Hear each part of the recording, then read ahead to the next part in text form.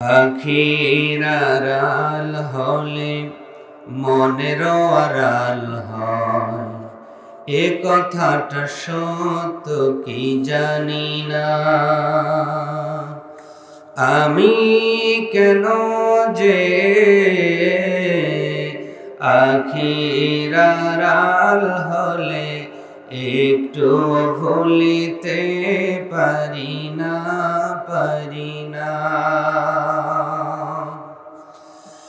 সেই যে আমার প্রিয় কত আগে চলে গেছে বহু দূরে,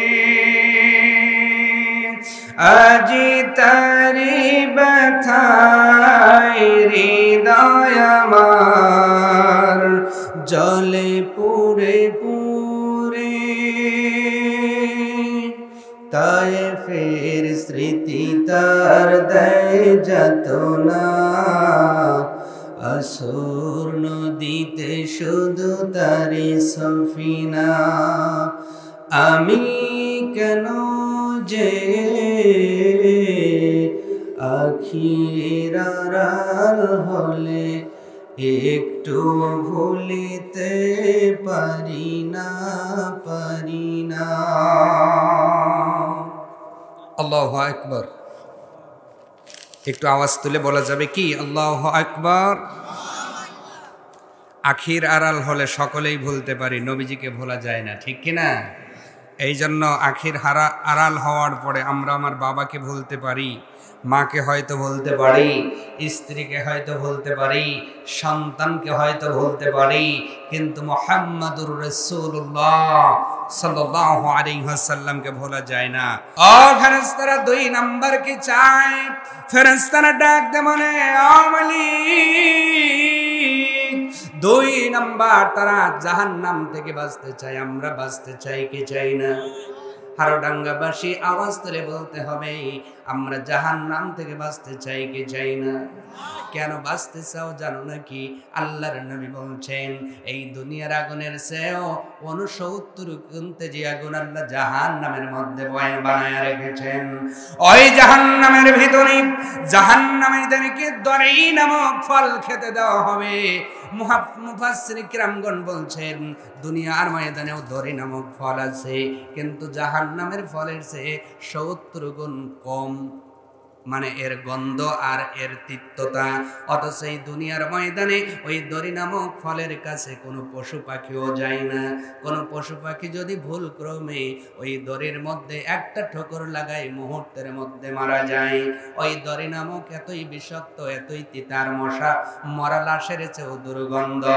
আল্লাহর নবী বলেন এবং কোরআনে সূরা গাশিয়ার ভিতরে আল্লাহ রাব্বুল আলামিন বলেছেন ওই জাহান্নামের ভিতরে এই দুনিয়ার এই দরি নামক ফলকে 70 গুণ তিক্ত আর মরা লাশের চেয়েও দুর্গন্ধ করে জাহান্নামীদেরকে খেতে দেওয়া হবে।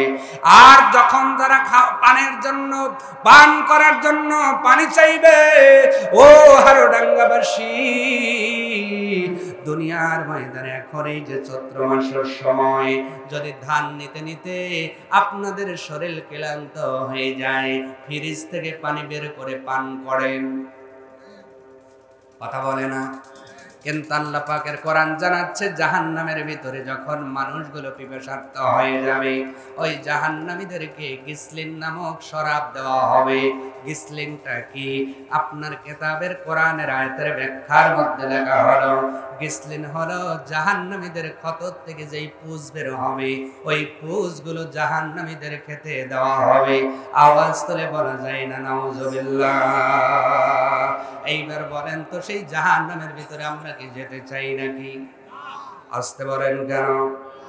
তাহলে আপনার জিকির, আপনার স্মরণ, আপনার নামাজ, আপনার কোরআন তেলাওয়াতের ভিতরে আল্লাহর ভয় আর মহব্বত থাকা লাগবে। শুধু জবানের স্লোগান দিয়ে আল্লাহরে খুশি করা যাবে?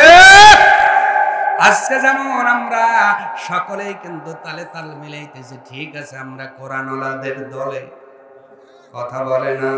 তার মানে একজন একদল সত্যিকারী, আর একদল কিন্তু মুখে একটা অন্তরে আর একটা। এরা কিন্তু জান্নাতে যেতে পারবে না, জাহান্নাম থেকে বাঁচতে পারবে না। আল্লাহ পাক ডেকে বলেন, আমার বান্দা বান্দিরা আমার স্মরণ করে আমারে খুশি করছে, জাহান্নাম থেকে বাঁচতে চায়। ও ফেরেশতারা জানতে চাই, আমার পৃথিবীর বান্দা বান্দিরা ওই জাহান্নামকে নিজ চোখে দেখেছে নাকি? বলে না, তারা দেখে নাই, কিন্তু তারা বাঁচতে চায়। বলো বলো, যদি দুনিয়ার ময়দানে তারা জাহান্নাম দেখতো কি হতো? ফেরেশতারা এবার ডাক দিয়ে বলে, আল্লাহ তোমার এই বান্দা বান্দিগুলো দুনিয়ার ময়দানে যে জাহান্নাম পরিদর্শন করত, জাহান্নামগুলো যদি অবলোকন করত, নিঃসন্দেহে তোমার বান্দা বান্দিগুলো হার্ট ফেল করতো, জ্ঞান হারা হয়ে যাইত। আল্লাহ পাক এবার ডাক দিয়ে বলেন, আমার ফেরেশতারা শোনো, আমার যেই পৃথিবীর বান্দা বান্দিগুলো তাদুররু আও খুফিয়া, ভয় এবং বিনয়ের সহিত আমাকে স্মরণ করে আর চোখের পানি ফেলে, আমি আল্লাহ ঘোষণা দিয়ে দিলাম, কিয়ামতের দিন ওই ভয়ঙ্কর জাহান্নাম থেকে বাঁচাইয়া চিরসুখী জান্নাতি মেহমান বানাইয়া দেব। রা বান্দা, ও বান্দিরা, দুনিয়ার জমিনে যারাই ডাকো তারা খুশি হয়। ভিতরে শ্রদ্ধা থাক আর না থাক, শ্বশুর বাড়িতে যাইয়া গরম থেকে ওঠার সময় যদি আব্বা আব্বা বলে ডাক দেয়, বলেন তো মোরগ জবা হয় কি হয় না? মানে শ্বশুর দেখছে জামাই 1 নাম্বার, জামাই কয় নাম্বার? ভিতরে শ্রদ্ধাবোধ থাক আর না থাক, বাইরের আওয়াজেই শ্বশুর খুশি, ঠিক কিনা? বাইরের আওয়াজে শাশুড়ি খুশি। আল্লাহ রাব্বুল আলামিন বলছেন, বান্দা বান্দি শোনো, দুনিয়ার জমিনে শ্রদ্ধাবোধ ছাড়া ডাকলে তোমার শ্বশুর শাশুড়ি খুশি হতে পারে, নেতা নেত্রী খুশি হয়ে যেতে পারে, মা বাবা খুশি হয়ে যেতে পারে, কিন্তু আমি আল্লাহ আমার ডাকার একটা রুলস দিয়ে দিলাম, 2টা জিনিস সহকারে আমাকে ডাকতে হবে। যদি তুমি চাও তোমার ডাকটা আমি আল্লাহ শুনি, তাহলে 2টা জিনিসের সমন্বয়ে ডাকতে হবে। 1 নাম্বার তাদুররু খুফিয়া, 1 নাম্বার হলো বিনয়ী ভাবে, আর 2 নাম্বার হলো ভয়ের সাথে। সুবহানাল্লাহ। বিনয় কি বলেন তো? বিনয় কি বলেন? বিনয় বুঝলেন? বিনয় এখন বোঝেন নাই, আপনাদের বুঝাই। চেয়ারম্যান সাহেব আছে না, আমার কথা বোঝেন তো সবাই? শোনা যায়? চেয়ারম্যান সাহেবের কাছে যদি আপনারা যান, আপনারা কি বুক টান করে দাঁড়ান? কেমনে দাঁড়ান? ঠিক কিনা? এমপি মহোদয় তো এখন আর নাই, সামনে যারা আসবে বা অতীতে যারা ছিল তাদের কাছে দেখা করতে গিয়ে কেমনে দাঁড়িয়েছেন? এইভাবে না? না কেমনে? এই যে আপনি জড়সড় হলেন, এর নামই বিনয়। সুবহানাল্লাহ। এই বিনয়টা হয়েছেন কেন? এমপি সাহেবের পাওয়ার আছে, ক্ষমতা আছে, ক্ষমতা বলে যদি বেয়াদবি ধরা পড়ে জেলে যাওয়ার সম্ভাবনা আছে, ঠিক কিনা কন? আল্লাহ পাক বলছেন, বান্দারে এমপি সাহেবের চেয়ে আমার ক্ষমতা কম নয়, অতএব আমাকে যখন ডাকবা অহংকার ফকর নিয়ে ডাকা যাবে না, বিনয়ী হয়ে ভয়ের সাথে ডাকো। কার কথা? আল্লাহ রাব্বুল আলামিন বলছেন, ও বান্দা বান্দি শোনো, 1 নাম্বার বিনয়, 2 নাম্বার ভয়ের সাথে যদি আমাকে ডাক দিতে পারো, আমি আল্লাহ বড় খুশি হয়ে যাই। মুসা ডাকলে যেমন শুনেছি, তোমরাও ডাকলে তেমন আমি আল্লাহ শুনব। সুবহানাল্লাহ। কিন্তু আমরা ডাকি মাঝে মধ্যে, মানে মসজিদে যাই, নামাজ শেষে ডাক দেই, কিন্তু আমাদের ডাক কোরআন সুন্নাহর বাইরে চলে গেছে। ওই যে শ্বশুর শাশুড়িকে ডাকার মতো হয়ে গেছে। আমরা জালসায় এসে লা ইলাহা ইল্লাল্লাহর স্লোগান দিয়ে মাতোয়ারা হয়ে যাই, জিকির করলে পাগল পারা হয়ে যাই, কিন্তু অনেকের মনের মধ্যে আল্লাহর ভয় নাই। আল্লাহর জন্য বিনয় নাই, মুখের আওয়াজ, যেই আওয়াজ দিয়া শ্বশুর শাশুড়িকে খুশি করলাম, মা বাবাকে খুশি করলাম, সন্তান সন্ততিদের খুশি করলাম, ওই একই সিস্টেমে আমরা এখন আল্লাহকে খুশি করতে চাই। কিন্তু আল্লাহ পাক ডেকে বলছে, বান্দা বান্দি শোনো, ওই একই সিস্টেমে আল্লাহকে খুশি করা যাবে না। তোমার অন্তর যা বলে মুখ দিয়ে তাই বের হওয়া লাগবে। দুই রকম হলে আল্লাহ তোমার ডাক শুনবে না। ঠিক কিনা বলেন? এই জন্যই তো আমাদের আচরণ মুনাফিকের মতো হয়ে গেছে। এই জন্য বৃষ্টি হয় না, বারে বারে দোয়া করি, আমাদের দোয়া কবুল হয় না, কারণ আমার অন্তরে আছে একরকম, জবানে থাকে আর একরকম। ঠিক কিনা?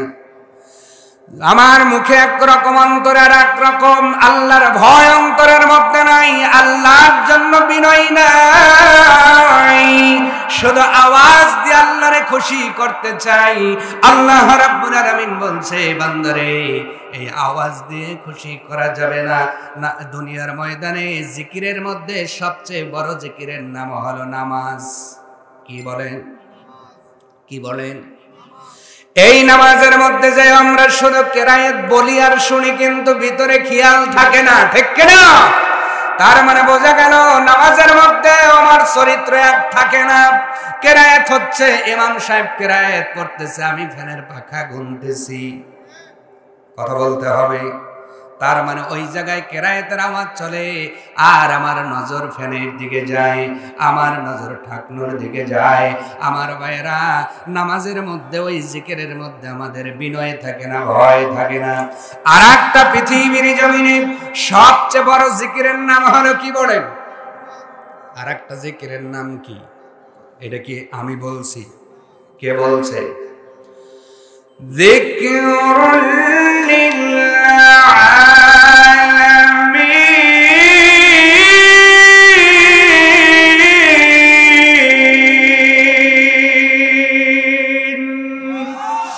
আল্লাহ রাব্বুল আলামিন বলছেন, বান্দা বান্দি শোনো, এটা হলো আলামিনের জিকির। ও বান্দা বান্দি, দুনিয়ার জমিনে যতই জিকির করো, সবচেয়ে বড় জিকিরের নাম হলো আমার কোরআন। কিন্তু এই কোরআন শুনতে এসেও আমাদের বিনয় আর ভয় থাকে না। অনেকে কোরআন শুনতে এসে বাদাম খায়।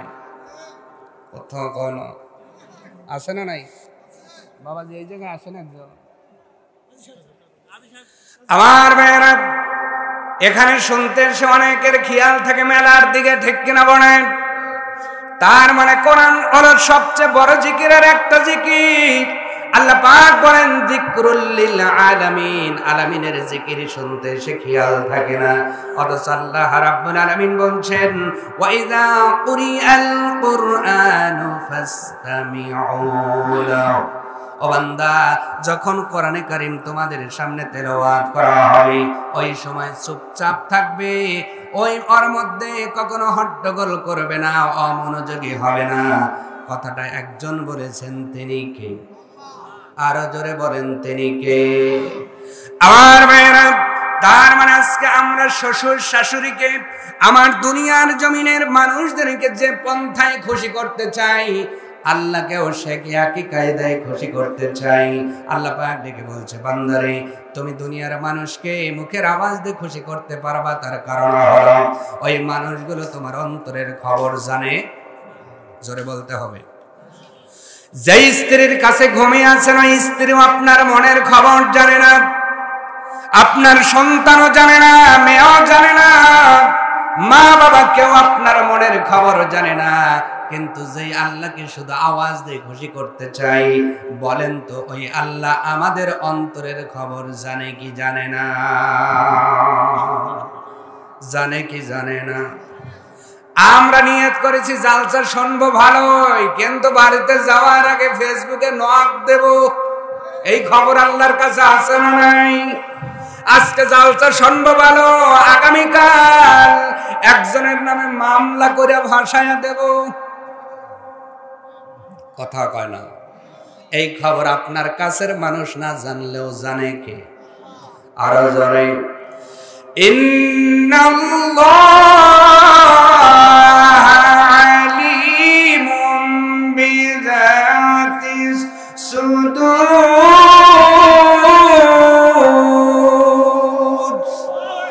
আল্লাহ পাক বলছেন আমি তোমার অন্তরের খবর জানি, এই জন্য মনটাকে বিনয়ী করো, আর আল্লাহর ভয় দ্বারা মনটারে পরিপূর্ণ করে যদি আল্লাহরে ডাকতে পারো, আল্লাহ পাক বলেন আমাকে যদি ডাকো আমি আল্লাহ ওই ডাকে সাড়া দিয়ে দে। সুবহানাল্লাহ। আমার ভাইয়ের এই জন্য আওয়াজের সে মোহাব্বত বেশি হওয়া লাগবে, ঠিক কিনা?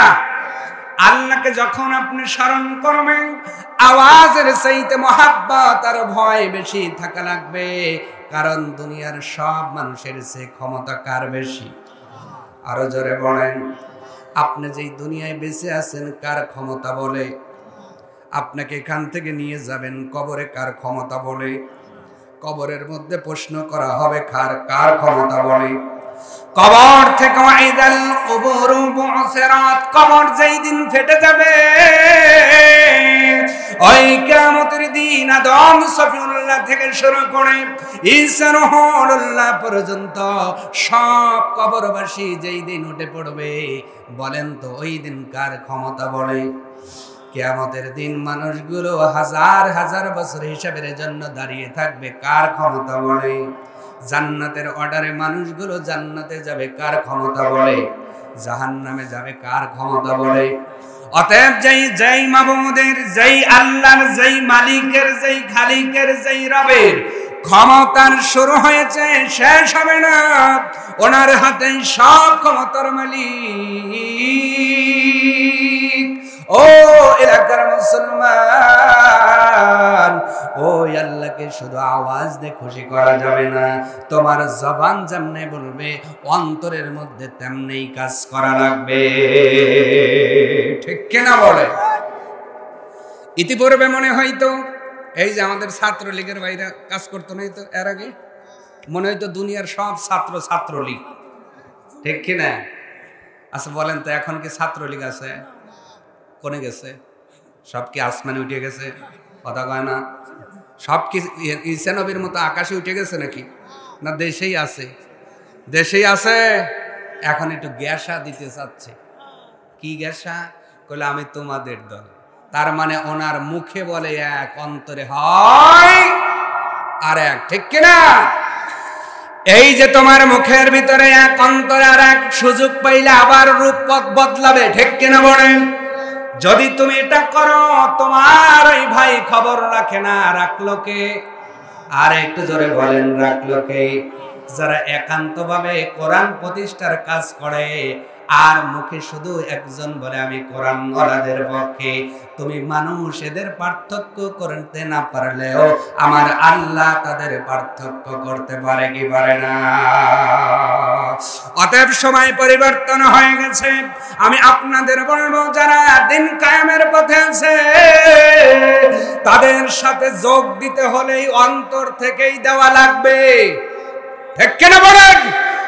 জবান দিয়ে দিলেন আর অন্তরে আর এক রাখলেন। আল্লাহ পাক বলে বান্দারে তোমার অন্তরের খবর কেউ না জানলে আমি আল্লাহ ঠিকই জানি। অতএব আমাদের আওয়াজের চেয়ে আল্লাহর ভয় এবং বিনয় অন্তরে বেশি অর্জন করা লাগবে। তাহলেই দুনিয়াতে ইসলাম কায়েম হবে, তাহলেই কোরআনের শাসন কায়েম হবে, তাহলেই কোরআনের রাজ কায়েম হবে, তাহলেই আমাদের এই পার্লামেন্টে কোরআন ওয়ালারা যাবে, নামাজ ওয়ালারা যাবে। ও হারোডাঙ্গাবাসী, আর একবার যদি কোরআন ওয়ালারা পার্লামেন্টে চলে যায়, এই মেলার মধ্যে জুয়া খেলার প্লেয়ার আপনি হারিকেন ধরেও খুঁজে পাবেন না,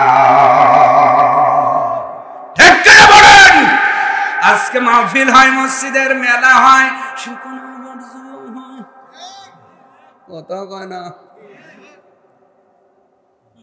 হ্যাঁ নাকি আমি ভুল বললাম? ওইটা তদারকি করার লোক নাই, কারণ একটাই, নেতার মধ্যে উলিল আমর হওয়ার যোগ্যতা নাই, ঠিক কিনা? উলিল আমর হওয়ার যোগ্যতা যদি থাকতো জুয়া বন্ধ হয়ে যেত। আপনি আপনার সুদ ঘুষ বন্ধ হয়ে যেত, আজকে রাষ্ট্রের মধ্যে সুদ ভিত্তিক অর্থনীতি কায়েম থাকতো না। অতএব আমরা জবানার মুখটাকে এক করে পার্লামেন্টে আগামীতে যারা যাবে এদেরকে আল্লাহর ভয় এবং বিনয় যাদের অন্তরে থাকবে এই শ্রেণীর মানুষদেরকে আমরা ভালোবাসতে চাই, ঠিক কিনা? আবার আল্লাহর নবী আখিরি জামানার পয়গম্বর রাসূল আরবী সাল্লাল্লাহু আলাইহি ওয়াসাল্লাম এ সম্পর্কে হাদিস বর্ণনা করেছেন। কারণ আওয়াজের চেয়ে মহব্বত বেশি হওয়া লাগবে এটা আমি বলি নাই, মুহাম্মাদুর রাসূলুল্লাহ সাল্লাল্লাহু আলাইহি ওয়াসাল্লাম বলেন। খয়বারের প্রান্তরে যুদ্ধের ময়দানে যখন নবী চলে গেলেন, যুদ্ধের ময়দানে সাহাবীগণ হাজির হওয়ার পরে তারা জোরে আওয়াজ দিয়া আল্লাহকে ডাকা শুরু করলেন।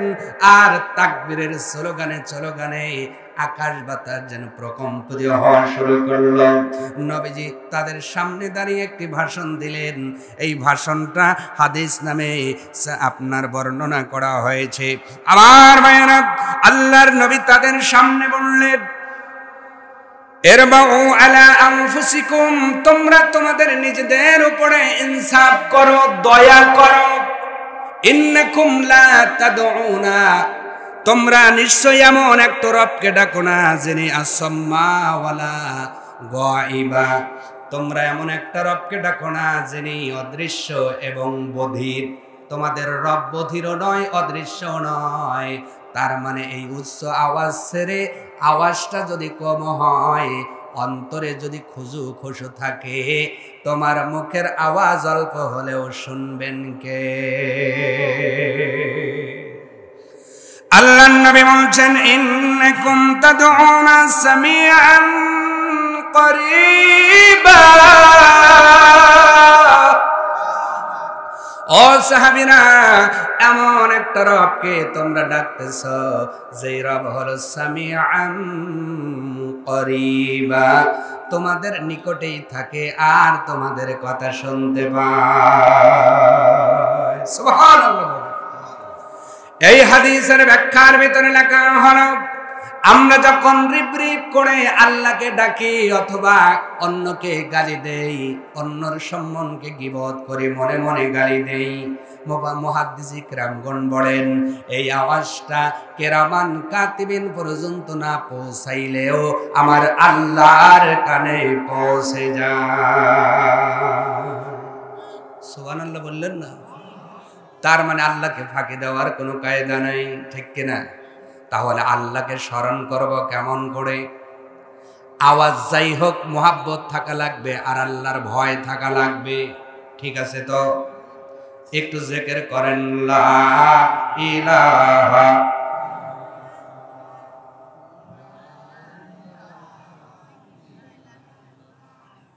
লা ইলাহা ইল্লাল্লাহু মুহাম্মাদুর রাসূলুল্লাহ সাল্লাল্লাহু আলাইহি ওয়াসাল্লাম। আমি জিকির করালাম, মেইন উদ্দেশ্য আমার জিকির করানোতে ছিল না। আপনাদের যে বললাম আওয়াজ কিন্তু ধীরে ধীরে বাড়তেছিল। ও হারোডাঙ্গাবাসী, জিকিরের আওয়াজ বাড়ে কিন্তু এখনো চুরি বন্ধ হয় নাই। কথা বলা লাগবে। জিকিরের আওয়াজ বাড়ে কিন্তু সুদ বন্ধ হয় নাই। জিকিরের আওয়াজ বাড়ে ঘুষ বন্ধ হয় নাই। জিকির করলে আওয়াজ বাড়ে কিন্তু বেপরদা বন্ধ হয় নাই।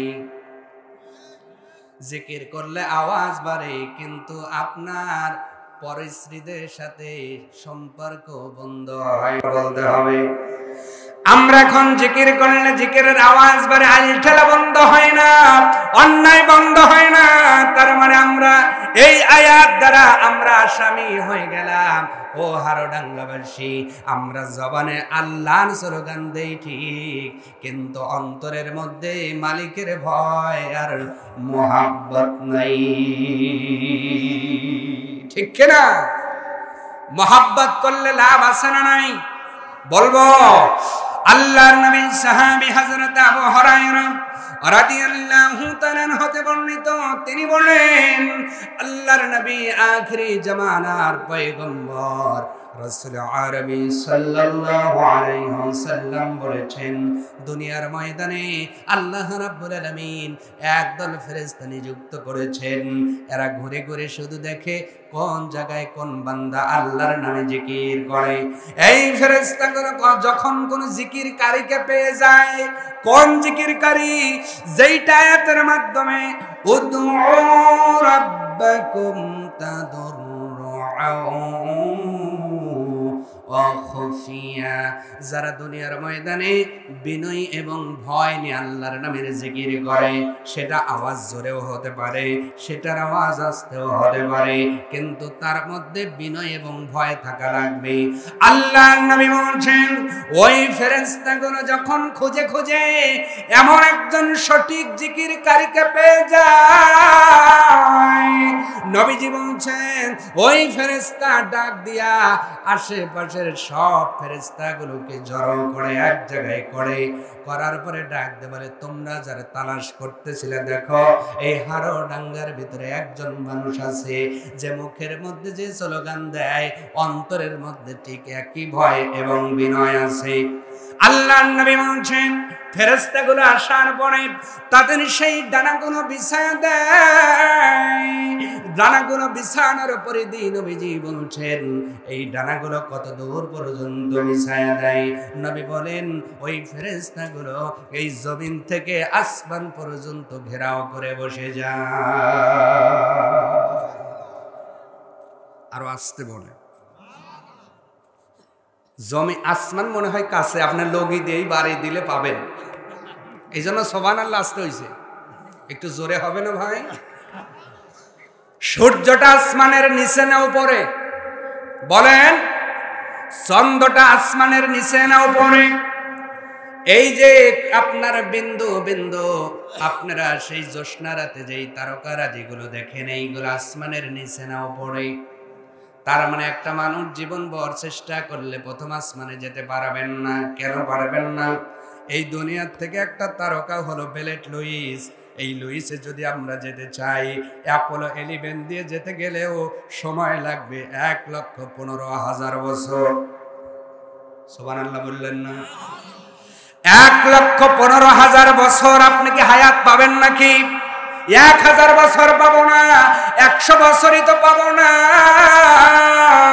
তার মানে ওই তারকাতেই আমরা পৌঁছাতে পারবো না। আমার ভাইয়েরা, তাহলে প্রথম আসমানে তো দূরের কথা। আর নবী বলেন, যেই জিকিরকারী আল্লাহর ভয় আর মহাব্বত নিয়া আল্লাহর এই জমিনে জিকির করে, রব্বুল আলামিনের ফেরেশতাগুলো তাকে বেষ্টন করতে করতে আসমান পর্যন্ত পৌঁছিয়ে যায়। আসমানে তাদের সারিগুলো যাওয়ার পরে তাদের কথাগুলো যাইতে যাইতে রব্বুল আলামিনের কাছে চলে যায়। রব্বুল আলামিন ডাক দিয়ে বলেন, ও ফেরেশতাগুলো বলো আমার বান্দা কি বলে। আমার আল্লাহ জানে কি জানে না? জোরে বলেন, জানে কি জানে না? জানার পরেও ফেরেশতাদের জিজ্ঞাসা করে, কি বলে? ফেরেশতাগুলো বলে, আল্লাহ আপনি জানেন, শোনেন, খবর রাখেন, ইন্নাল্লাহা আলিমুন খাবীর। আপনাদের সব খবর রাখেন। আল্লাহ পাক বলেন, ও ফেরেশতারা বলো আমার বান্দা কি বলে। ফেরেশতাগুলো বলে, আল্লাহ আপনার নামের জিকির করে, কিন্তু এটা যেমন তেমন জিকির নয়, এইটা মুনাফিকের জিকির নয়। ওই বান্দা মুখে যা বলে অন্তরে তাই বিশ্বাস করে। বলেন সুবহানাল্লাহ। আল্লাহ রাব্বুল আলামিন আপনার বান্দা আপনার ভয় আর বিনয় নিয়া আপনার নামে চরগান দেয়। আল্লাহর নবী ডাক দিয়ে বলছেন, ও আমার উম্মত বেটা বেটি শোনো। ওই মুহূর্তে আমার আল্লাহ ডাক দিয়ে বলেন, আমার বা ফেরেশতারা শোনো, আমার বান্দা বান্দি যে এমন মোহাব্বত আর ভয় নিয়ে আমারে ডাকতেছে, আমার বান্দা বান্দিকে আমারে দেখছে নাকি? বলে না না, রব্বুল আলামিন আপনাকে তারা দেখে নাই। আমার আল্লাহ ডেকে বলেন, ও ফেরেশতারা, আমার এই বান্দা বান্দিগুলো আমারে দেখলো না, আমারে কোনোদিন চর্ম চোখে দেখলো না, আমি কেমন দেখতে তাও তারা জানলো না, এরপরে এত মোহাব্বত নিয়ে ভয় নিয়ে আমারে ডাকতেছে। ও ফেরেশতারা বলো, যদি আমার বান্দা বান্দি আমারে দেখতো তাহলে কি করত? ফেরেশতারা ডাক দিয়ে বলে, ইয়া আল্লাহ, যদি এই বান্দা বান্দিগুলো আপনারে দেখতো তাদের প্রশংসা আর জিকিরের মাত্রা আরো বেড়ে যেত। সুবহানাল্লাহ। আল্লাহ রাব্বুল আলামিন এবার ফেরেশতাদের জিজ্ঞাসা করেন, ফেরেশতারা আমার বান্দা কি চায়? রফিক এখানেই আছে, আপনি ভিতরে আসেন। আমার ভাইয়েরা লক্ষ্য করেন, কি যেন বলতেছিলাম, আপনারা কি মনে নাই? মোনাজাত দেব কি? কষ্ট হচ্ছে আপনাদের? কি বলতেছিলাম? ওয়াজ যে আপনার ওই গেটের বাইরে যাবে বোঝাক শেষ, হেক্ষে না যে হুজুর যা ওয়াজ করবেন এখানে জেরে ফেলে চলে যাব। জীবন ভর ওয়াজ শুনলাম, কোনোদিন গেট পার করলাম না। আর আপনার মতো ছোট হুজুরের ওয়াজ জীবনেও বাড়িতে যাবে যাবে। একটু খেয়াল করেন, আল্লাহ পাক ডাক দিয়ে বলছেন, ফেরেশতারা জিকির যে আমার আর বান্দা বান্দি করে আসলে মূল উদ্দেশ্য চায় কি? ফেরেশতাগুলো ডাক দিয়ে বলে, ও মালিক, তোমার এই বান্দা বান্দি জিকিরের পিছনে দুইটা জিনিস চাওয়ার আছে। কয়টা? আরো জোরে বলেন, কয়টা? এক নাম্বার, আপনার এই বান্দা বান্দিগুলো আপনার জান্নাতে যেতে চায়। জোরে কোন সুবহানাল্লাহ। আমরা জান্নাতে যেতে চাই কি চাই না? আওয়াজ তুলে বলতে হবে, চাই কি চাই না? আমার ভাইয়েরা, এরা জান্নাতে যেতে চায়। আল্লাহ আবার জিজ্ঞাসা করেন ফেরেশতাদেরকে, ও ফেরেশতারা বলো, আমার এই বান্দা বান্দিগুলোকে আমার জান্নাত দেখেছে? বলে না। আপনার বান্দা বান্দিগুলো জান্নাত দেখে নাই, জান্নাত না দেখেই জান্নাতে যেতে চায়।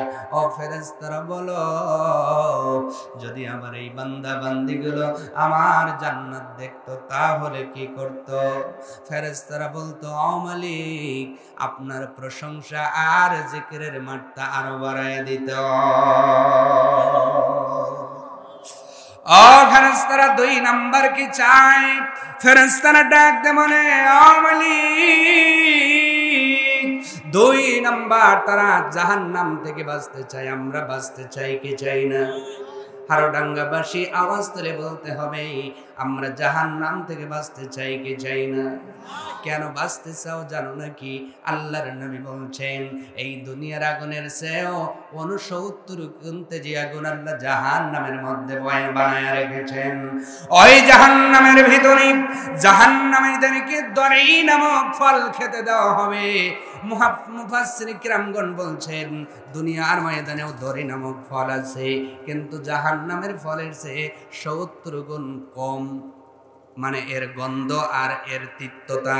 অথচ এই দুনিয়ার ময়দানে ওই দরি নামক ফলের কাছে কোনো পশু পাখিও যায় না। কোনো পশু পাখি যদি ভুল ক্রমে ওই দরির মধ্যে একটা ঠোকর লাগায়, মুহূর্তের মধ্যে মারা যায়। ওই দরি নামক এতই বিষাক্ত, এতই তিতার মশা, মরা লাশের চেয়েও দুর্গন্ধ। আল্লাহর নবী বলেন, এবং কোরআনে সূরা গাশিয়ার ভিতরে আল্লাহ রাব্বুল আলামিন বলেছেন, ওই জাহান্নামের ভিতরে এই দুনিয়ার এই দরি নামক ফলকে 70 গুণ তিক্ত আর মরা লাশের চেয়েও দুর্গন্ধ করে জাহান্নামীদেরকে খেতে দেওয়া হবে। আর যখন তারা পানের জন্য, পান করার জন্য পানি চাইবে, ও হারোডাঙ্গাবাসী, দুনিয়ার ময়দানে এখন এই যে চৈত্র মাসের সময় যদি ধান নিতে নিতে আপনাদের শরীর ক্লান্ত হয়ে যায়, ফ্রিজ থেকে পানি বের করে পান করেন, কথা বলে না?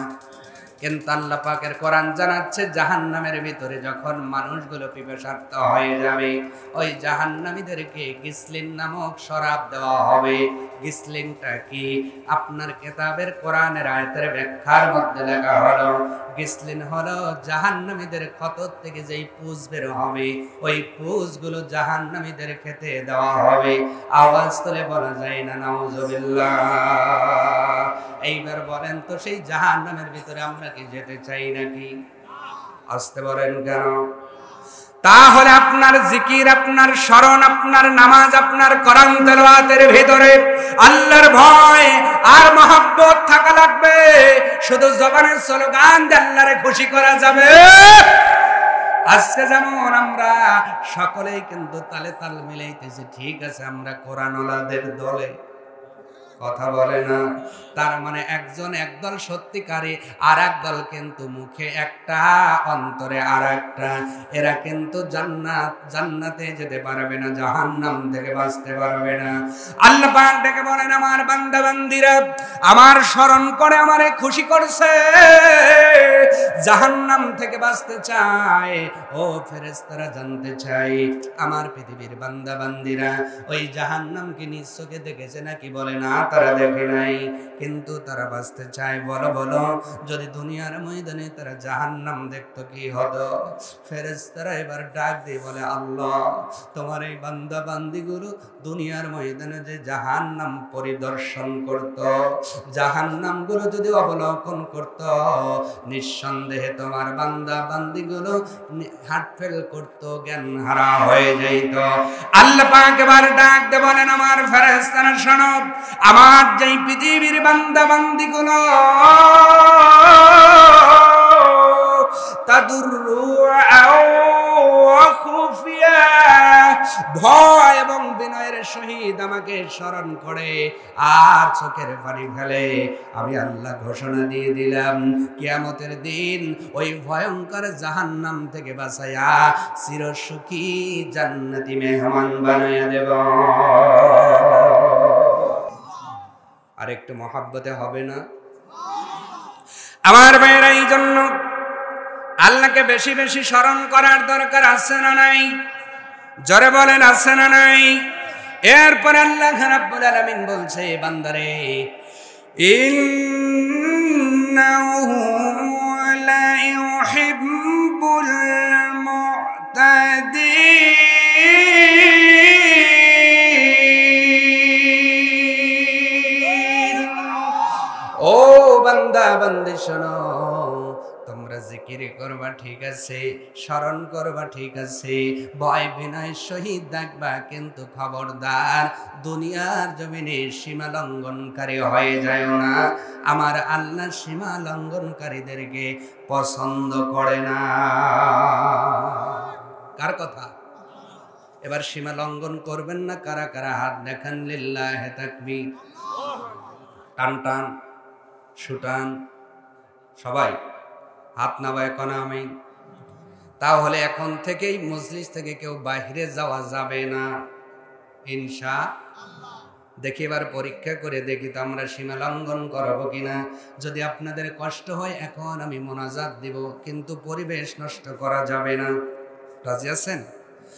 আর কয়েকটা মিনিট সময় দিয়ে ধৈর্য নিয়ে বসবেন। আখিরি মোনাজাতে হয়তো দোয়া করব, এটাই আমার জীবনের শেষ মোনাজাত হয়ে যেতে পারে। আমাদের আপনজন কবরের ভিতরে আছে না নাই? দোয়ার দরকার আছে না নাই? এই জন্য আপনারা যাবেন না, দোয়া করে বিদায় হবেন। ভাইয়েরা লক্ষ্য করেন, আল্লাহ সীমা লঙ্ঘনকারীদের পছন্দ করেন। সীমা লঙ্ঘন কোনটা? যে হুজুর আমার আইল আছে, আইল ঠেলে ওইটা নিলাম, এইটা সীমা লঙ্ঘন, ঠিক কিনা? হ্যাঁ, সম্মানিত ভাইয়েরা আমার, আপনার বাড়ির সীমানা আছে, বিল্ডিং করবেন, কিন্তু মাপজকের দরকার নাই। অন্যের বাড়ির 4-5 লিং পেছায় বিল্ডিং করেছি, আছে না নাই? আসতে বলে আছে না নাই? এইরকম এটাও তোমার বাড়ির সীমা লঙ্ঘন, ওইটা হলো জমির সীমা লঙ্ঘন। কিন্তু আল্লাহ পাক বলে, বান্দারে জমির সীমা লঙ্ঘন করলা, বাড়ির সীমা লঙ্ঘন করলা, কিন্তু একটা জীবনের সীমা আমি আল্লাহ দিয়েছি। তিলকা হুদুদুল্লাহ, এটা হলো আমি আল্লাহ আমার সীমানা। সীমানাটার নাম হলো আল্লাহ এবং রাসূলের আনুগত্য। এইটা হলো আল্লাহর সীমানা। খবরদার খবরদার, জীবন পরিচালনা করতে যাইয়া আল্লাহ এবং রাসূলের দেওয়া সীমানা যেন অতিক্রম না হয়। ঠিক কিনা? আজকে অতিক্রম করার লোক আছে না নাই? প্রমাণ দেব নাকি? দেব প্রমাণ দেব। আল্লাহ আর রাসূল সমন্বয়ে একটা বিধান দিয়েছেন, আহাল্লাল্লাহুল বাইয়া ওয়া হাররামার রিবা। ও বান্দা, দুনিয়ার জমিনে সুদ ভিত্তিক অর্থনীতি দেওয়া যাবে না, অবশ্যই ব্যবসা করে জীবিকা অর্জন করা এটা হালাল, সুদ হলো হারাম। কিন্তু আজকে আমরা যারা সুদ খাই এরাই হলো সীমা লঙ্ঘনকারী। কথা বলে না? আরো জোরে। নবীজির সীমানা হলো পণ দিয়া বিয়া করা। নবীর সীমানা কি? বিয়ার ক্ষেত্রে নবী সীমানা দিয়েছেন, মিয়া পছন্দ হলে কি দিবা তুমি এইটা বলো। আর এখন মিয়ার বাপ বসে থাকে, ছেলের বাপ যায় দেখে আর বলে কি কি দিবেন। জোরে, আরো জোরে। ছাওয়ালের বাপ গুলো যা খুশি হবে, কবে এই সব বানায় দাওয়াত দিছে কেডারে। আর যারা মিয়ার বাপ মনে হয় চুমা খালিকা ভালো হয়, তাই না? মাশাআল্লাহ মাশাআল্লাহ। মুরব্বী বলেছে দুইটা ছেলেকে এমনি বিয়ে দিয়েছি, সীমানা দিয়েছেন মুহাম্মাদুর। হযরত আলীর সাথে ফাতেমারে বিয়ে দেওয়ার সময় নবী বলেছিলেন, আলী তোমার কি আছে? নবী এইটা বলেন নাই আলী আমার কি আছে, কি দেব। নবী বলেছেন আলী বিয়ে করবা, কি আছে? বলে নবী কিছুই নাই, বরং আছে। নবী বললেন ওইটাই বিক্রি করে যা হয় এইটাই হবে তোমার আর ফাতেমার বিয়ের মহরানা। আজকে যারা বিয়ের ক্ষেত্রে মহরানা না দিয়ে উল্টা যৌতুক নেয় এরাই হলো সীমা লঙ্ঘনকারী।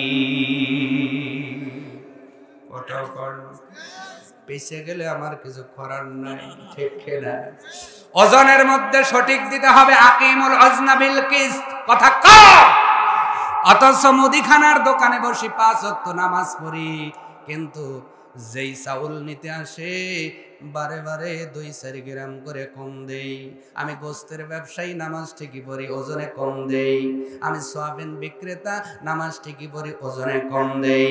আমি ধান ব্যবসায়ী, নামাজ ঠিকই পড়ি, ওজনে কম দেই। কিন্তু ওজন ঠিক দেওয়া লাগবে কার দলিল? সীমানা কার? আপনি যে আল্লাহর সীমানা ছেড়ে চলে গেলেন, আপনিই হলো সীমা লঙ্ঘনকারী, ঠিক কিনা? আল্লাহ পাক বললেন কোরআন দিয়ে সমাজে বিচার করা লাগবে। কোরআনের বিচার হলো যারা জিনা করেছে যদিও অবিবাহিত হয় 100টা বেত্রাঘাত করো, আর বিবাহিত হলে বুক পর্যন্ত গেড়ে শেষ করে দাও। কিন্তু আজকে আমরা পরামানিক হয়ে বিচার করাইয়া দিলাম, বান্ডিল খায়া বলি বিয়ে পড়াইয়া দে। কথা কয় না? এই ক্ষমতা কি আল্লাহ আপনাকে দিছে? যদি বিচার কোরআন দ্বারা না হয় আপনি আল্লাহর সীমানা অতিক্রম করে ফেলেছেন, ঠিক না? এই জন্য জেনা বাড়তেছে না কমতেছে? যেই বিয়া পড়া দেয় আর আগে দেখো আমি দাঁড়া রয়েছি, ওই কামেই তো ঢুকি। কথা কয় না? পরামানিক জন বিচার করো মনে মনে আসে, কয় যে বিচার করছে না, পরে দেখা হলে কয় চাচা মিষ্টি খাবেন নাকি? কেড়ে গেদা তুই মিষ্টি খাওয়াস কে? কয় ওই কামেই তো ঢুকছিলাম, আপনার বিচারে একেবারে। কথা কয় না? একটা বিচার এই হারোডাঙ্গার 3 রাস্তার মোড়ে করো কোরআন দিয়া। যদি বিবাহিত হয়ে ধরা পড়ে বুক পর্যন্ত করে পাথর মেনে শেষ করে দাও। সাইফুদ্দিনের ওয়াজ করা লাগবে না, পুলিশের আপ লাগবে না, এমনি ঘুম ধরবে, বেড়া খামসানের লোক পাওয়া যাবে না। আল্লাহর দলিল হলো চুরি করলে চোর আর চুন্নির হাতের কবজি পর্যন্ত কেটে দাও। অথচ আমরা চুরি করলে থানায় দেই, থানার ওসিক যায় কয় স্যার কয় পার্সেন্ট নেবেন, তাই কোন ছেড়িয়ে দেন তো। ও ছেড়ে দেয়, চুরি করে ঢোকে, ডাকাইতে আবার হয়। ঠিক কিনা কোন? আল্লাহর সীমানা হলো হাত কেটে দেওয়া। একটা বিচার আপনি এই এলাকায় করেন, আপনার গরু বেঁধে রাখবেন, সোনার ডিব্বা ফেলে দিবেন, চুরি করার লোক যাবে যাবে। আর এখন 10টা ফেলে দেন তো, কথা কানা। তার মানে কোরআনের বিচার, আল্লাহর সীমানায়। আল্লাহ রাব্বুল আলামিন বলেন, ইন্নাহু লা ইউহিব্বুল মুতাদিন।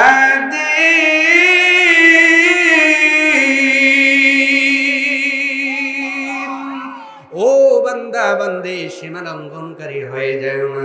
আমি আল্লাহ সীমা লঙ্ঘনকারীকে ভালোবাসি না। আল্লাহর এই জমিনে সীমা লঙ্ঘন করা যাবে না।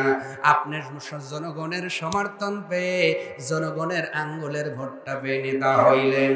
ওই 5 বছরের নেতাগিরির মধ্যে যেন সীমা লঙ্ঘন না হয়, মানুষের হক যেন নষ্ট না হয়, বিধবার কার্ড যেন মারা না যায়। কথা কয় না। আজকে কার্ড আছে বিধবার নামে, আর চেয়ারম্যান মেম্বার ওইটাই বেশি জুয়া খেলে। বিধবা বললে বলে চাচি মনে নাই। আল্লাহ কই ওই মনলে কবরে আয়, মুগুর রেডি রয়েছে।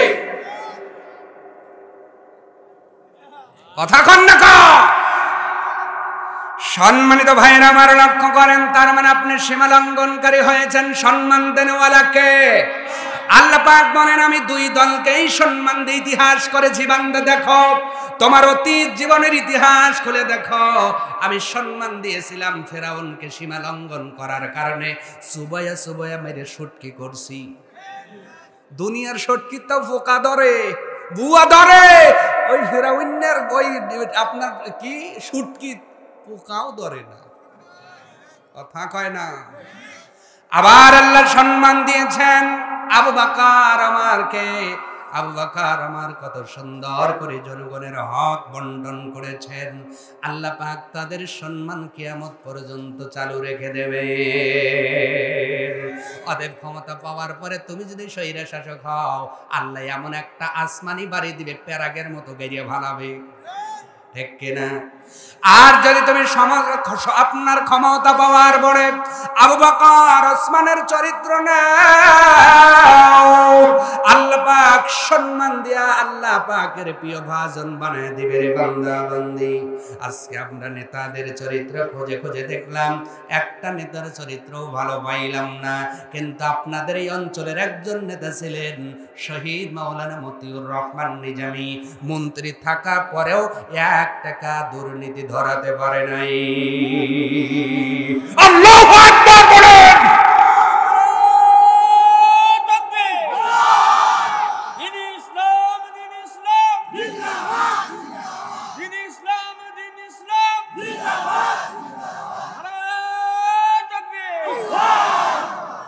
মাওলানা মতিউর রহমান নিজামী আমাদের গর্ব ছিল, ঠিক কিনা? যেহেতু আমরা বৃহত্তর পাবনার মধ্যেই ছিলাম, আপনাদের এই রত্ন নিয়ে আমরাও মাঝে মাঝে গর্ব করি। জোরে বলেন সুবহানাল্লাহ। এইরকম চরিত্রের মানুষকে যদি পার্লামেন্টে দিতে পারো, আল্লাহর কসম 1 টাকা দুর্নীতি হবে না, সোনার বাংলা সোনাই হয়ে যাবে। আজকে সোনার বাংলাদেশে যারাই পার্লামেন্টে যায়, ওরা কাঁসার চেয়েও নিম্ন। কথা কয় না। এই জন্য নেতা হওয়ার পরে কি কাজ তোমার একটু ভালো করে বোঝেন। আল্লাহর নবীর ক্লাসের 2 রলালা ছাত্র, নাম তার হযরত ওমর। একদিন বাইতুল মাল থেকে 1 বয়ক মধু আনা হলো। মধু আনার পরে সাহাবী একজন ডাক দিয়ে বলেন, আমিরুল মুমিনিন, এই মধুগুলো মানুষের মাঝে বন্টন করে দেন। হযরত ওমরের স্ত্রী উনি আবদার করলেন, মধুটা আমি বন্টন করব। কিন্তু হযরত ওমর নিজের স্ত্রীকে দায়িত্ব দিলেন না, আরেকজন মহিলাকে দায়িত্ব দিয়ে বললেন, তুমি এই মধুগুলো মানুষদের মাঝে বন্টন করে দাও। বন্টন হয়ে গেল।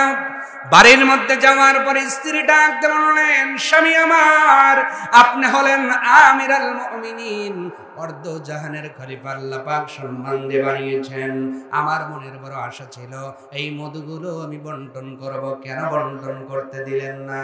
হযরত আমির আল মুমিনিন হযরত ওমর ফারুক বললেন, বিবি রে, তুমি বন্টন করতে সমান সমান এটা নিশ্চিত, কিন্তু বন্টনের সময় যে প্রথম আঙ্গুলটা ঢোকাইতা, এই প্রথম আঙ্গুলের সঙ্গে যতটুকু মধু লেগে যেত, আমার মনে হয় ওইটুকু মধুই আমার তোমার ভাগে বেশি আসতো।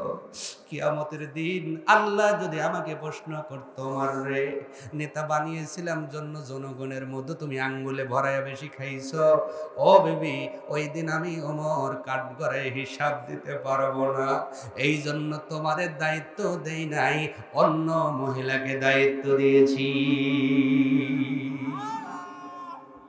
এইটাই হল আল্লাহর সীমানা। আল্লাহু আকবার। আল্লাহর সীমানায় থাকে কিন্তু অহংকার করে, আছে না নাই? অহংকার কি আল্লাহর সীমানার মধ্যে না বাইরে? এইটা হলো শয়তানের সীমানা। কার সীমানা? আল্লাহর জিকির করে আল্লাহরে ডাকে কিন্তু হিংসা করি, হিংসা আল্লাহর সীমানার বাইরে, এইটা শয়তানের সীমানা, ঠিক কিনা? আসমানের মধ্যে প্রথম গুনার নাম হলো অহংকার, আবা ওয়াস্তাকবারা, যেটা শয়তান করেছিল। আর দুনিয়ার ময়দানে সর্বপ্রথম গুনার নাম হলো হিংসা, যেই গুনাহটা হাবিল কাবিল করে এক ভাই আর এক ভাইকে হত্যা করে ফেলেছিল। সম্মানিত ভাইয়েরা আমার, কিন্তু দুনিয়ার জমিনে আল্লাহকে ডাকার পরে, আল্লাহকে মানার পরে আমাদের অন্তরের মধ্যেও হিংসা অহংকার আছে না নাই? হতে পারে টাকার অহংকার, হতে পারে সম্পদের অহংকার, হতে পারে ভাইয়ের অহংকার, হতে পারে বংশের অহংকার, হতে পারে ইলমের অহংকার, হতে পারে আমলের অহংকার। আছে না? আছে না নাই? বংশের অহংকার, ফরিদপুর বাজারে যায় যদি কেউ কিছু কয়, কত কি আহম পেরি ভালাবো, তুই জানিস আমি কেডরে 10 বাইক ডাক দেবো, তো বললার মতো এনে সিরিয়ে ভালাবেনি কই, কথা কয় না? আছে না নাই?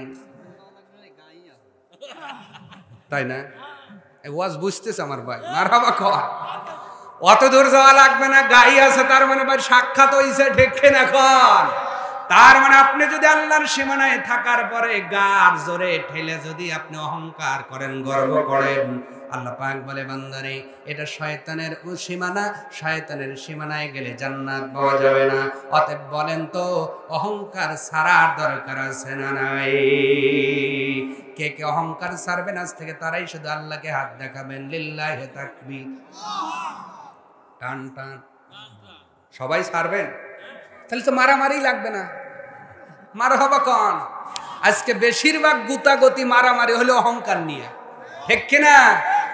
এই যে আপনার যেই শাসনের পতন আপনাদের মাধ্যমে, স্লোগানের মাধ্যমে হলো বাংলাদেশে, ইনি যে এত দূর পর্যন্ত ছিলেন, এটাও কিন্তু অহংকার করেই, ঠিক কিনা?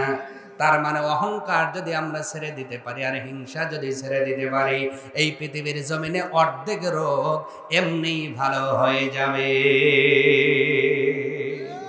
যত গুতাগুতি সমাজে ম্যাক্সিমাম নাই অহংকার, নাই হিংসা। কয় ও পাবি কে? আমি পাবো, ঠিক কিনা? এক ব্যাগ দাওয়াত দিছে, আর এক ব্যাগ দাওয়াত, কয় ও পাইলো কে? তুই যাবি না? যাবি ভাবে কদে? হ্যাঁ, আমি মানুষ না? আমি তোমার ভাই না? আমার দাওয়াত দেয়নি, ওই দাওয়াতে যাওয়া লাগবে, ঠিক কিনা? আচ্ছা বলেন তো ভাই, ওই লোকের এই ক্ষমতাটা নাও থাকতে পারে, উনি যে অ্যারেঞ্জ করেছেন একজনকে বলাই ওনার, কিন্তু আমরা যাই ওই যে, ঠিক কিনা? অহংকার করার কারণে দাওয়াত বন্ধর হয়ে গেল, অহংকার করার কারণে অনেক বিয়ে পর্যন্ত বাতিল হয়ে যায়। খাওয়া দাওয়া শেষ, সামান্য একটা কথা কাটাকাটি, এটা মিয়াও জানে না, বড় জানে না, অথচ পরে কয় উঠি আয়, কি হয়েছে? কয় ওই মামা শ্বশুরের এত বড় সাহস। কি হয়েছে ভাই? কয় তোর যে মামা শ্বশুর অভিজ্ঞতা, আমার কয়, আমি বলে মানে কিছু কয়ের পার না, তখন খালি বলে, বাইতে এসে দেখে কিছুই না, আসলে সিগারেটলে মারামারি লেগছে। খিলে মারামারি লেগছে, এই সিগারেটের গুতায় বিয়ে ভেঙে গেছে, কথা কয় না? এত হিংসা অহংকার আছে না নাই? আবার অনেকের ভিতরে আমলের অহংকার আছে, জ্ঞানের অহংকার। আমি বেশি জানি, তুমি কিছুই জানো না, ঠিক কিনা? করব ততই নিচের দিকে যাব। অহংকার ছেড়ে যতই অন্তরটারে পরিশুদ্ধ করবেন, আল্লাহ পাক বলে, বান্দা বান্দিরে, আমি আল্লাহ তোদেরকে আমার মেহমান হিসেবে কবুল করে নিব। সুবহানাল্লাহ। অহংকার করে শয়তান জান্নাত থেকে নামছে, আর বের হবে না। কিন্তু আজকে দুনিয়াতে যারা অহংকার করবে না, আবার সেই বাপের ভিটা জান্নাতে চলে যাবে। সুবহানাল্লাহ। কোন আমাদের বাপের ভিটার নাম কি? জোরে জোরে জোরে। আমাদের বাপের ভিটা কোনটা? কারণ আমাদের আদি পিতা আদম আলাইহিস সালামের জন্মই হয়েছে জান্নাতে।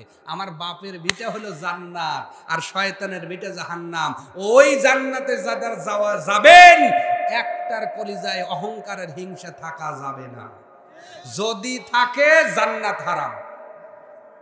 কি আমি হারাম কইছি না আরাম কইছি? একটু আওয়াজ তুলে নাউজুবিল্লাহ বলা যাবে না? আমি কইছি হারাম, এরা কইছে আরাম। মনে করছে না ভালোই তো।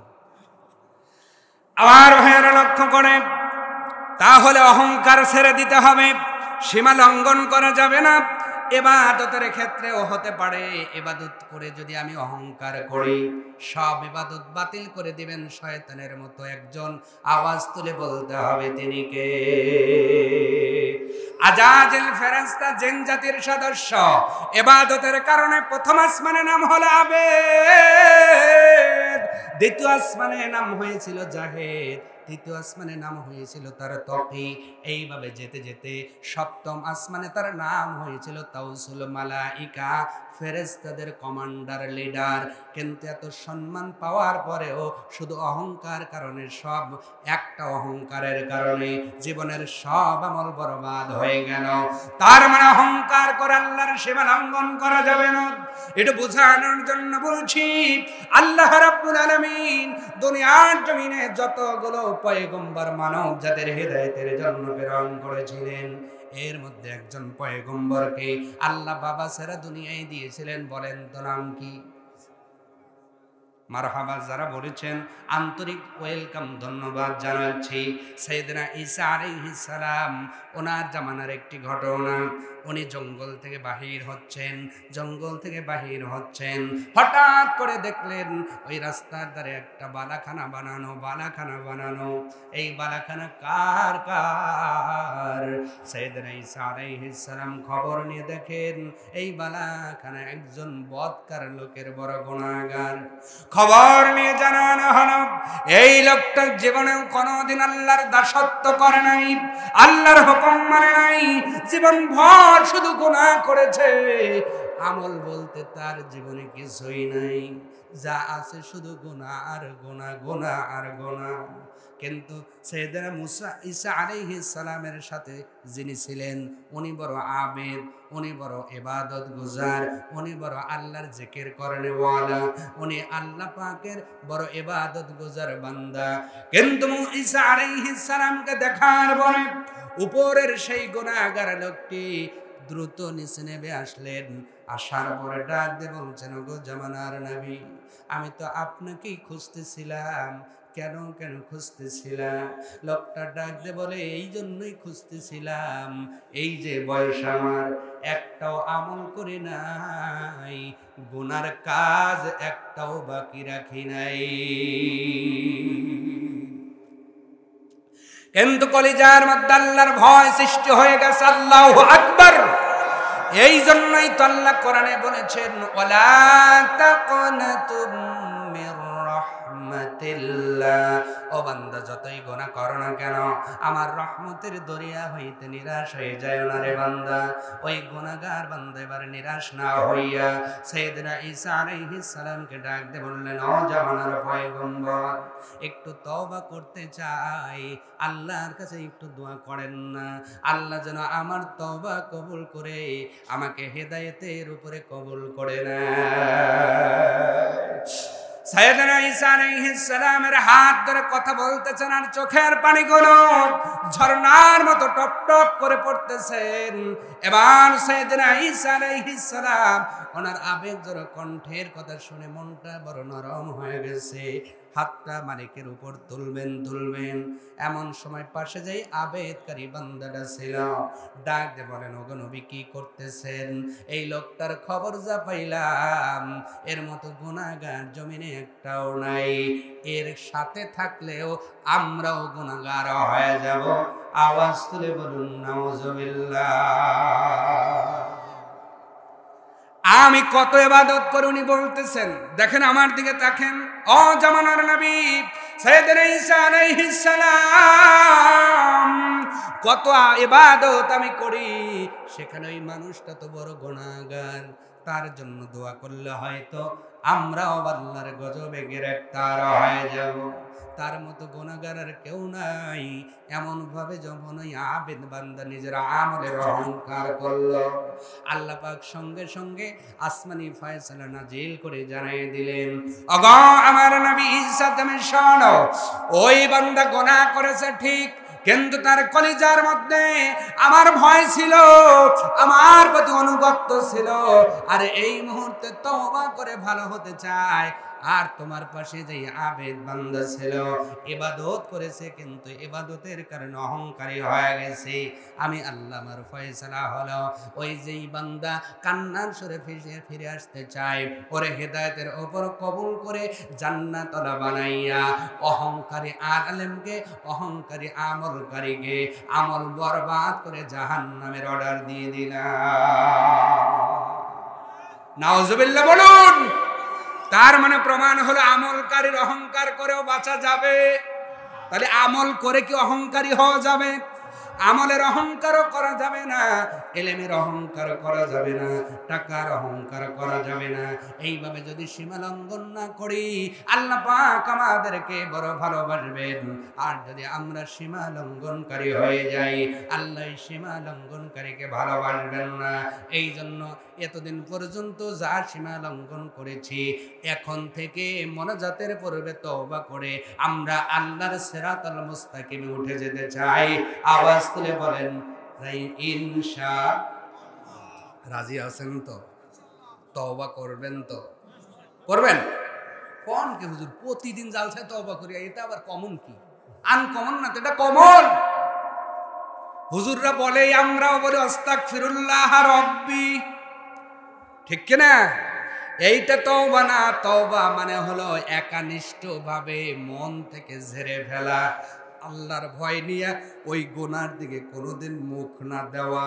অথচ আমরা তওবা প্রতিদিনই করি, কিন্তু এখনো জমিনে বাটপারি বন্ধ হয় না।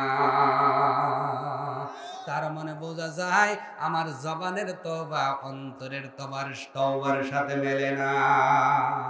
মুখে তওবা করি, অন্তরে কয় হ্যাঁ আগে বের হয় নাই হুজুর।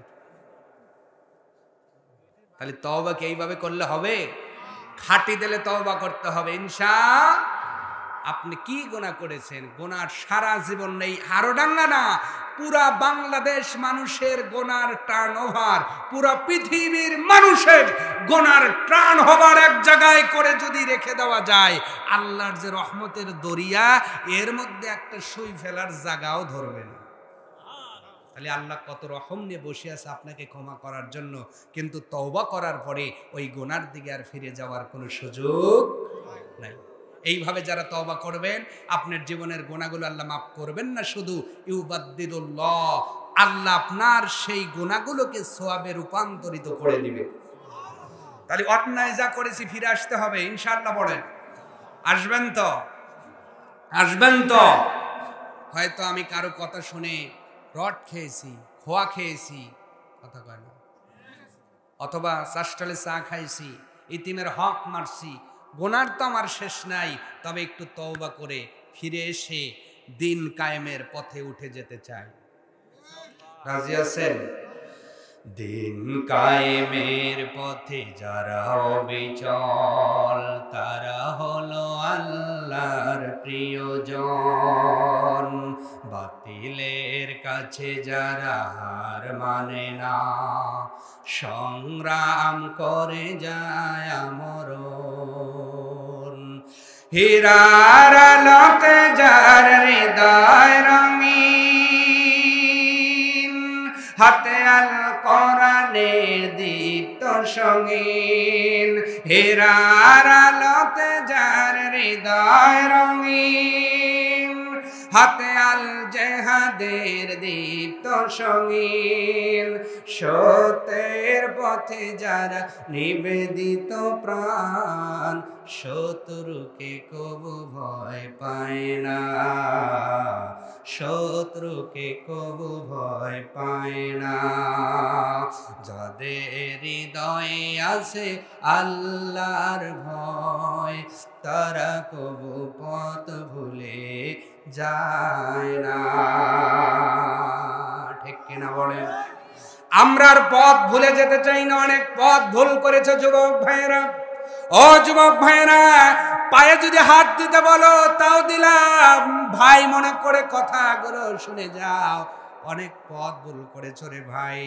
এই যে হায়াত নিয়ে আজকে বিপথে চলতেছ, এই হায়াতটা পৃথিবীর কেউ দেয় নাই, দিয়েছেন কে? আরো জোরে বলেন। যেই হাতটা দিয়ে তুমি সীমা লঙ্ঘন করতেছ, এই হাতটাও কেউ দেয় নাই, দিয়েছেন কে? যেই পা দিয়ে তুমি অন্যায় পথে হাঁটতেছ, এই পাটাও কেউ দেয় নাই, দিয়েছেন কে? যেই চক্ষু দিয়ে অশ্লীল জিনিসগুলো দেখতেছ, আল্লাহর নাফরমানি করে, এই চক্ষুটাও কেউ দেয় নাই, দিয়েছেন কে?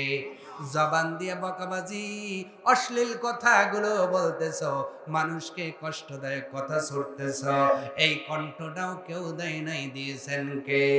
ও যুবক ভাই, এই আল্লাহ দেওয়ার সম্পদগুলো অনেক মানুষের জন্য ব্যয় করলা, অনেক নেতার জন্য ব্যয় করলা, অনেক মানুষের কাজেই লাগাইলা।